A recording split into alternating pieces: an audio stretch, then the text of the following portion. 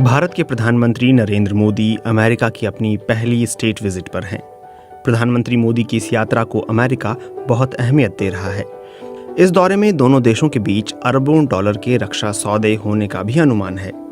प्रधानमंत्री मोदी की इस हाई प्रोफाइल अमेरिका यात्रा को लेकर ये चर्चा भी हो रही है कि क्या भारत की अमेरिका के साथ बढ़ती नज़दीकी भारत के पुराने दोस्त रूस को चिंता में डाल सकती है।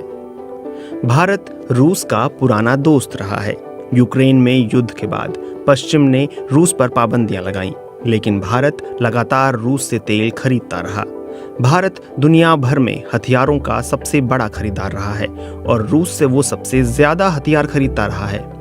लेकिन कई विशेषज्ञों का मानना है कि दुनिया बदल रही है, नए अलायंस बन रहे हैं और बदलते समीकरणों के तहत भारत अमेरिका के नजदीक जा रहा है। जैसे हथियार सौदों की बात करें तो पिछले 5 सालों में भारत का रूस से व्यापार कम हुआ है।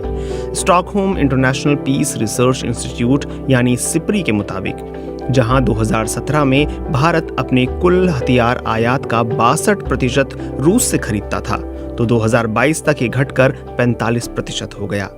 अब भारत का रूस से फोकस हटकर धीरे धीरे अमेरिका और फ्रांस जैसे पश्चिमी देशों की तरफ शिफ्ट हो रहा है।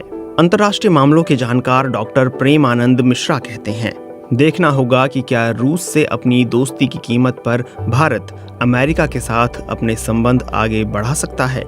यह इस बात पर निर्भर करेगा कि चीन के साथ भारत के तनाव को देखते हुए अमेरिका किस हद तक भारत का साथ देगा।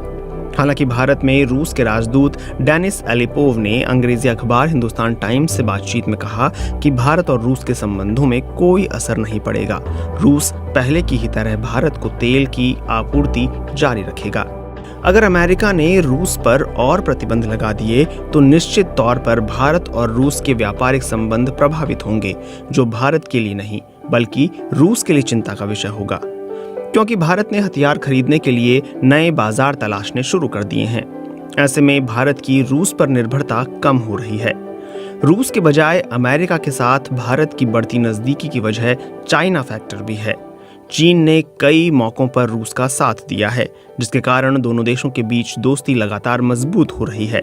इंडो पैसिफिक रीजन में चीन के लगातार बढ़ते असर को बैलेंस करने के लिए भारत को अमेरिका की जरूरत पड़ सकती है।